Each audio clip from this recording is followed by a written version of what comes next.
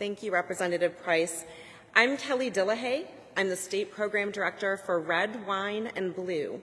We are a state and national grassroots organization that educates women on issues and civics and provides the tools and resources they need to organize in their communities.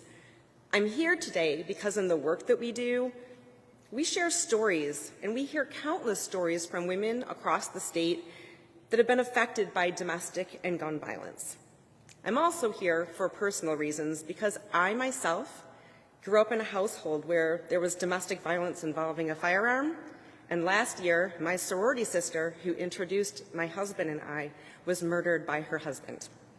So these are personal issues for me, and they're personal issues for the women that we work with all across the state. And what do we all have in common? We simply want to protect our families. Yes.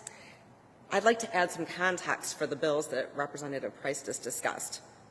50 Michigan women and 20 Michigan children are killed by their abusers with a gun every year, as we've mentioned. That's more than one per week. Depending on the year, 30 to 40% of Michigan women who are killed with a gun are murdered by an abuser. And that is just a shocking fact. We also know that domestic violence is 5 times more likely to turn into a murder when there's a gun in the house. We often hear about mass shootings on the news, and they're horrific. My children were at Michigan State. I've heard us all talking about it. But the tragic reality is we often don't hear about the fact that 2/3 of mass shootings are domestic violence, and it's often men killing their families. You probably remember that the man in Fruitport who shot his daughters and mother-in-law before killing himself earlier this year. We know domestic violence escalates. When women try to leave, that's often when the violence gets worse. Yep. In fact, in the Fruitport case, the husband was an abuser and his wife had just initiated a divorce. Similarly, a few weeks ago, Amber Jo Thomas was killed in Saline by her abuser. She was finally able to leave after 9 years of abuse. So her abuser ambushed her at work outside of her job and shot her and her friend. Then the next week, Andrika McIntosh in Detroit was shot dead in her driveway by her husband of 13 years. It was the morning of their divorce hearing.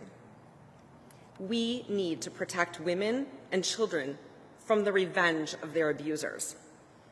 Current Michigan law only prevents those convicted of felony domestic violence from possessing a firearm, but that clearly is not enough. No.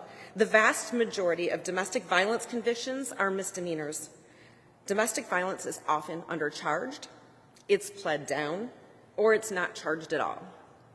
In fact, it typically takes 6 to 7 calls to the police about domestic violence before they even bother to show up. It does not have to be this way.